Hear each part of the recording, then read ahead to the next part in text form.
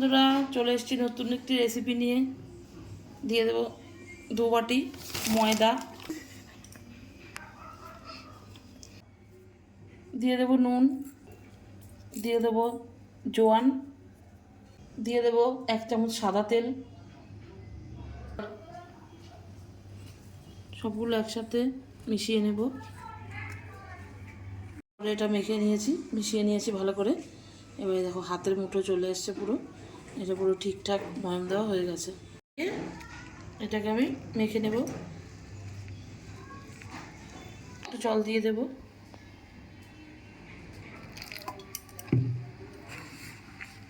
শক্ত শক্ত করে মাখাতে হবে।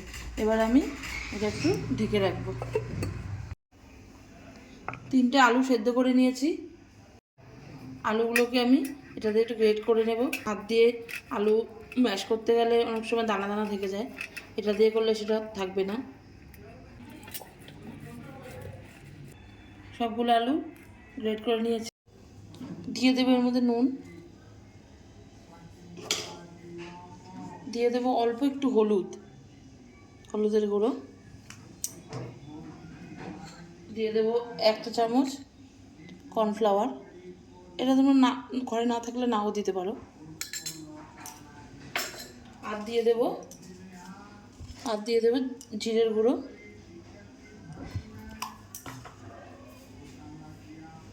আর দিয়ে দেবো কাঁচা লঙ্কা কুচি। ঘরে তোমরা যেরকম আলু মাখাও সেরকমই মাখাবে। আর দিয়ে দেবো কস্তুরি মেথি। এটা যদি তোমরা না দিতে চাও না দিতে পারো। আর আমি যেসব মশলা দিয়েছি সেগুলো বাদ দিয়েও তোমরা যে কোনো পছন্দ মতো মশলা দিয়ে তোমরা এটা মাখাতে পারো। দেখো বন্ধুরা, আমি এটা সুন্দর করে মাখিয়ে নিয়েছি। এবার আমি এটাকে মেখে নেব।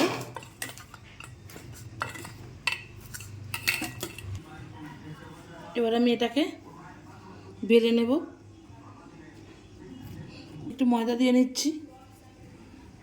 ওটার মধ্যে আমার ঠিক হচ্ছিল না, তাই আমি নিচটা ভালো করে মুছে এটাকে আমি এখানে বেলে নিচ্ছি। একটু বড় জায়গা লাগবে তাই এখানে দিয়ে নিলাম। আমি একটা থালা দিয়ে গোল করে কেটে নেব। এরকম করে কেটে নিচ্ছি।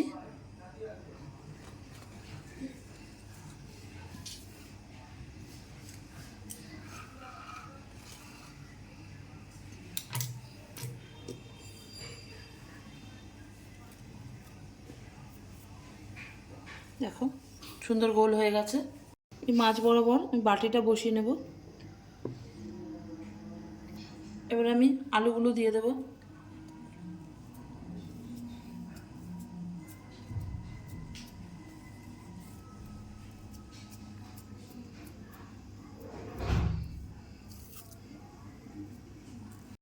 সুন্দর করে আলুগুলো দিয়ে দিয়েছি এখানে। এবার আমি বাটিটা তুলে নেব।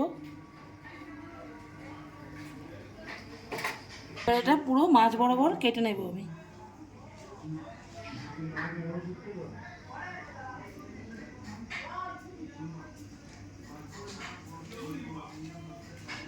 ওরা এই মাছ বরাবর কাটবো। এই মাছ বরাবর কেটে নেব। আবার এখান দিয়ে কাটবো।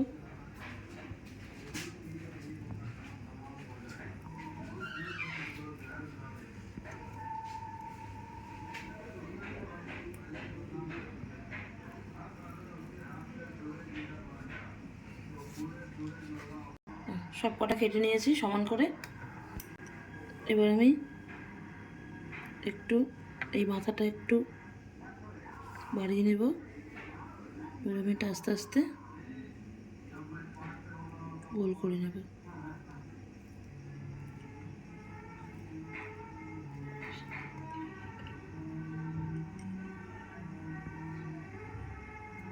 এইভাবে আমি প্রত্যেকটা বানিয়ে নেব। সব কটা আমি এরকম শেপ দিয়ে দিয়েছি। ওদের আমার আলুটা একটু বেশি হয়ে গেছে, তোমরা একটু আলু কম দিয়ে করো। বসিয়ে দিয়েছি কড়াই। এবার আমি দিয়ে দেবো তেল। এবার আমি একটা একটা করে দিয়ে দেবো।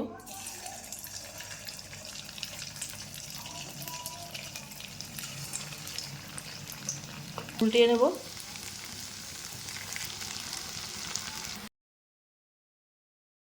পুরো লাল লাল করে ভেজে নিয়েছি। এবার আমি এগুলোকে তুলে নেব।